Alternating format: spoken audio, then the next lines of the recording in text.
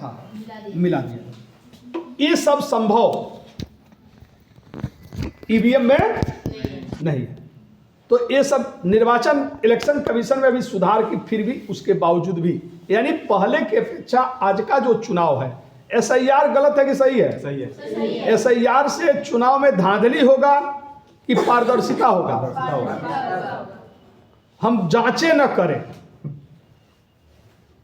तब धांधली की संभावना, कि हम जांच करके मतदाता सूची तैयार करें तब धांधली की आशंका होगी। जांच न करें तो जांच करना गलत है कि सही है? हैं? बड़ा सा विरोधी अगर तर्क के सामने बैठेगा तो कहेगा नहीं भाई सही है। इससे पहले भी रिवीजन हुआ करता था ना 20 साल। अरे निर्वाचन आयोग ने तो बोला था कि हर 6 महीना साल भर पर इसकी जांच कराओ। जब बाबा साहब ने कहा था हर साल भर पर जांच कराओ कि हमारा, क्योंकि लोकतंत्र की नींव ही स्वतंत्र और निष्पक्ष चुनाव पर है। अब उसी को आप जांच न करो। लेकिन पता नहीं कब जांच हुआ था, लोग को यादें नहीं है। अचानक जब जांच हुआ तो लोग को लग रहा है कुछ गड़बड़ी है, क्योंकि चुनाव हो जा रहा था, एक पार्टी जीत जा रही है, तब लग रहा है जरूर कुछ है। लेकिन अगर यही नियमित जांच होता रहता तो क्या ये आरोप लगता आज? अगर आरोप लगता तो क्या आम जनता उस पर भरोसा करती? तो यही बड़ी गलती हुई कि यह हमने एसआईआर बहुत दिन बाद किया है। लोग भूल चुके हैं कब एसआईआर हुआ था। फिर एक मुद्दा उठ रहा है कि एसआईआर में नागरिकता की क्यों पूछी जा रही है? नागरिकता का निर्धारण करना किसका नागरिकता कार्यालय को है जो दिल्ली में, उन नागरिकता की जानकारी हासिल कर। निर्वाचन आयोग का कहाँ पावर है कि कोई भारत का नागरिक है या नहीं इसकी जांच करे? लेकिन मतदाता सूची में 325 में 326 में स्पष्ट वर्णन है, आर्टिकल 326 में स्पष्ट वर्णन है कि निर्वाचन कौन देगा, मत कौन देगा? जो भारत का नागरिक हो और जो 18 वर्ष की उम्र, ये मत वही दे सकता है। तो जब मतदाता सूची की वो जांच कराएगा तो ये नहीं पूछेगा कि आप भारत के नागरिक हैं कि नहीं हैं, हैं? ये गलत है। तो इस समय निर्वाचन आयोग को लेकर के प्री में भी क्वेश्चन आएगा, मेंस में भी क्वेश्चन आएगा। यानी इलेक्शन कमीशन एक बहुत ही इंपॉर्टेंट सिविल के दृष्टि से इस समय टॉपिक है, क्योंकि जहां विवाद वही क्वेश्चन। यूपीएससी का रूल है, पॉलिटी में क्वेश्चन आता है जितने विवादित आर्टिकल्स हैं उन्हीं से पूछा जाता है। तो करंट अफेयर्स यूपीएससी के लिए बड़ा इंपॉर्टेंट चीज होता है। अब कहने को तो अगर इलेक्शन कमीशन से क्वेश्चन आया तो आप कहेंगे कि पॉलिटी का आया है, लेकिन बेसिकली वो किसका क्वेश्चन है? यही हाल किसी स्थल का तो कहेंगे कि जागरफी से पूछा है। कोई रोग आ गया है, कोई बैक्टीरिया वायरस बड़ी चर्चित हो गई, अब उससे कौन रोग होता है, क्वेश्चन आ गया, आप कहेंगे साइंस का है, बायो पोर्शन है, लेकिन वो बेसिकली है क्या? Current affairs. तो इस तरह करंट अफेयर्स का दायरा जो होता है यूपीएससी में, तो ध्यान रखिएगा। इसीलिए कहा जाता है करंट अफेयर्स एक मंथली मैगजीन आप लिया करें। बेहतर तो होगा कि एक कोई अच्छा समाचार पत्र भी पढ़े। हम लोग के समय में जब हम लोग तैयारी करते थे तो टेलीविज़न, एक तो स्टूडेंट लाइफ में टेलीविज़न हम लोग ले भी नहीं सकते थे, हैं, कमरे पर रख नहीं सकते थे, तो और टेलीविज़न का उतना कल्चर भी नहीं था। अब तो स्टूडेंट भी रख रहे हैं सब, नहीं? हम लोग के समय में स्टूडेंट लाइफ में जब आप कमरा लेकर इलाहाबाद तैयारी करते तो वहाँ पर लड़के टेलीविज़न कोई नहीं रखता था। पैसे की कोई बात नहीं थी, बड़े बड़े पैसे वाले लोग भी थे, लेकिन कल्चर ही नहीं था, टेलीविज़न का इतना प्रचार भी नहीं था। तो रेडियो हर स्टूडेंट के पास होता था, जो कंपटीशन है। हम लोग बीबीसी सुना करते थे। बीबीसी लंदन का जो समाचार होता है बीबीसी का, उसमें जितने महत्वपूर्ण जो नेशनल स्तर के विवादित मुद्दे होते हैं उस पर वो विस्तार से बताता है। सुबह देता है। आज जो भी विस्तार से बताता है, विवादित बातें अगर जान रहे हैं तो मतलब करंट अफेयर्स आपका विवाद, मतलब वही यूपीएससी का क्वेश्चन।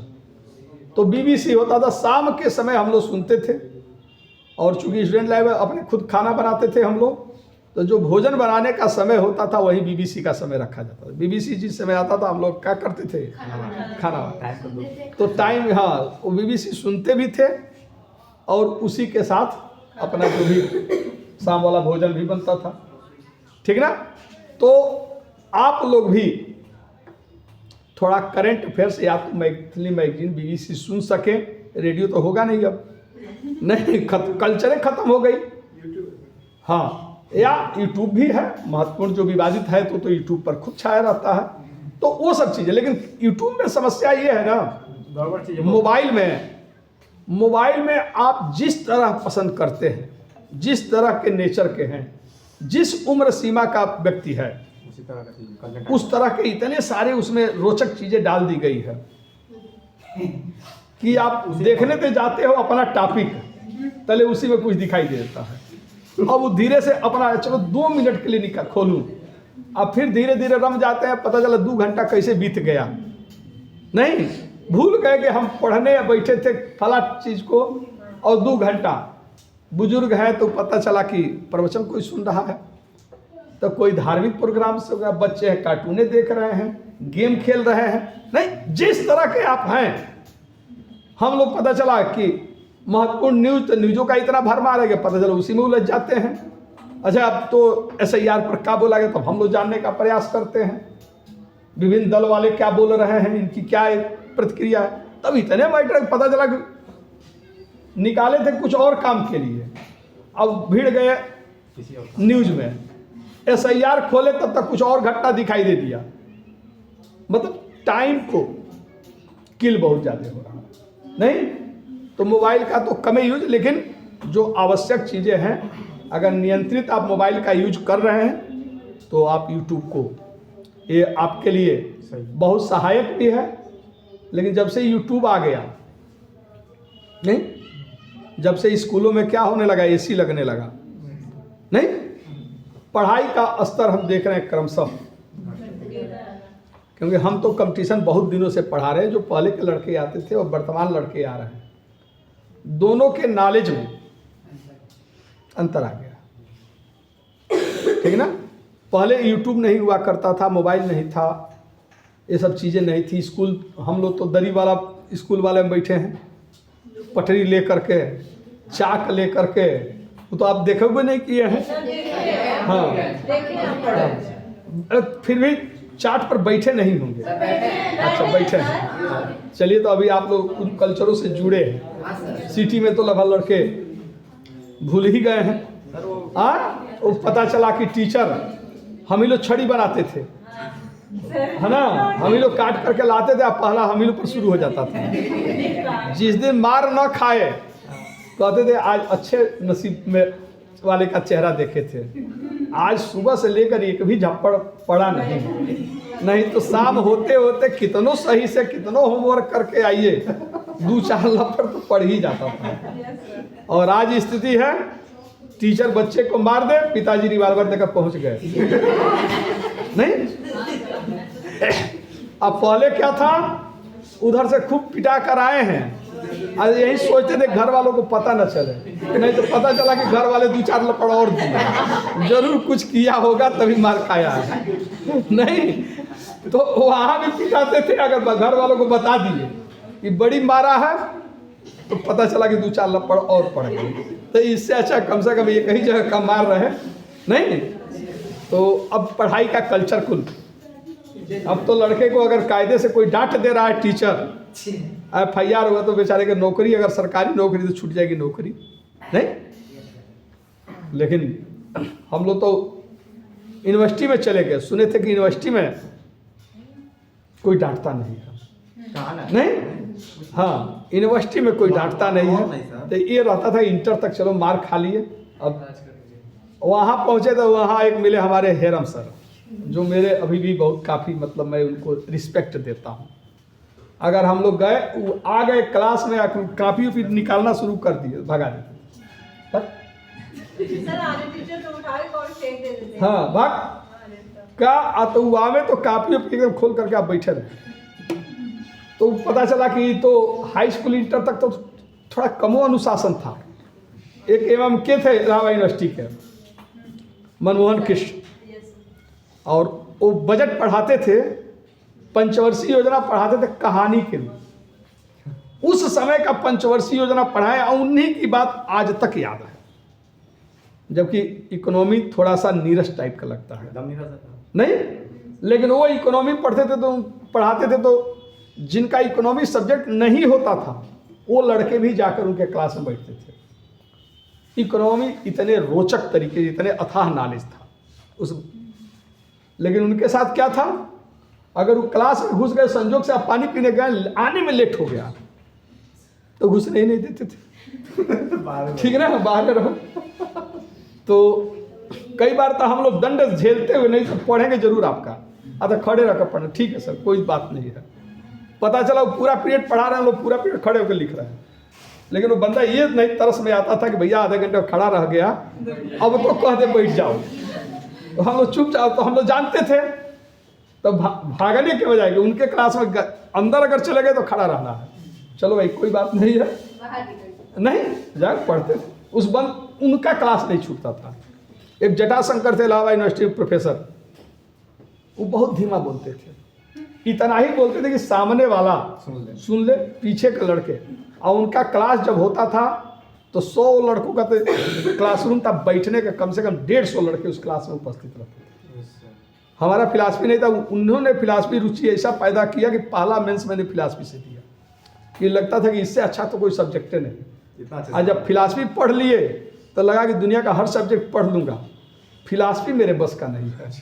ठीक ना, अब पहला मेंस तो मेरा इसी में चला गया कि मैंने हिस्ट्री और फिलासफी से मेंस दिया था। उसके बाद रखा अपना हिंदी, जो ग्रेजुएशन में मेरा था, तो मेरा सिविल का ऑप्शनल सब्जेक्ट रहा हिस्ट्री और हिंदी। तो जटाशंकर सर, उनको कहा जाता देववाणी। लड़के पीछे वाले, अरे सर कुछ नहीं सुनाई दे रहा, कहते थे हमारी आवाज़ पर्याप्त तेज है, जैसे जैसे आप शांत होंगे वैसे वैसे हमारी वैल्यूम आपको बढ़ता हुआ नजर आएगा। और लास्ट में इसलिए लड़के फैन बंद कर देते गर्मी में, जबकि इलाहाबाद की गर्मी यहाँ की अपेक्षा ज़्यादा होती है, और उस गर्मी में हम लोग फैन बंद कर दे, फैन का आवाज़ से साउंड होता है। लड़के लिखते थे तो पेन में जो चट चट की आवाज़ होती है वो सुनाई देता था। उनको बोला जाता देववाणी, मतलब अजीब। एक बार उनके सम्मोहन में लड़का बध गया तो जब तक पता नहीं चलता था कैसे 45 मिनट बीत गया। यूनिवर्सिटी में 45 मिनट का लेक्चर होता था, तो हम देखें कि वहाँ तो और टाइप। तो हम लोग उन टीचरों के पढ़े हैं जो मारने में कतई दया नहीं करते थे सब। अब तो स्थिति सब कुछ बदल गया। स्कूल में एक हमारे टीचर हैं, मित्र हैं, हमारे यहाँ इंग्लिश पढ़ाते, डॉक्टर के एम त्रिपाठी, और मुझे लगता है कि मंडल में एक बार की बात है कि एक लड़के को मार दिए, नौकरी नहीं गई, बात समझे कि नहीं। तो एक इलेक्शन कमीशन जो है, इलेक्शन कमीशन का गठन कब हुआ था? राष्ट्रीय मतदाता दिवस कब है? संविधान कब लागू हुआ? 26 जनवरी 1950 को। उसके एक दिन पहले यानी 25 जनवरी 1950 को निर्वाचन आयोग का गठन हुआ। लिख लीजिए, निर्वाचन आयोग का गठन 25 जनवरी 1950 को। इसीलिए वर्ष 2011 से, भी याद रखिए कब से मनाया जाता है, इसीलिए वर्ष 2011 से हर वर्ष 25 जनवरी को, ये लिख लिया ना अनुच्छेद भाग, हाँ, इसलिए 25 जनवरी 1950 को इलेक्शन कमीशन का गठन हुआ, निर्वाचन आयोग का गठन हुआ। इसीलिए 2011 से हर वर्ष 25 जनवरी को राष्ट्रीय मतदाता दिवस के रूप में मनाया जाता है। अच्छा, एक चीज और मत देने का अधिकार है।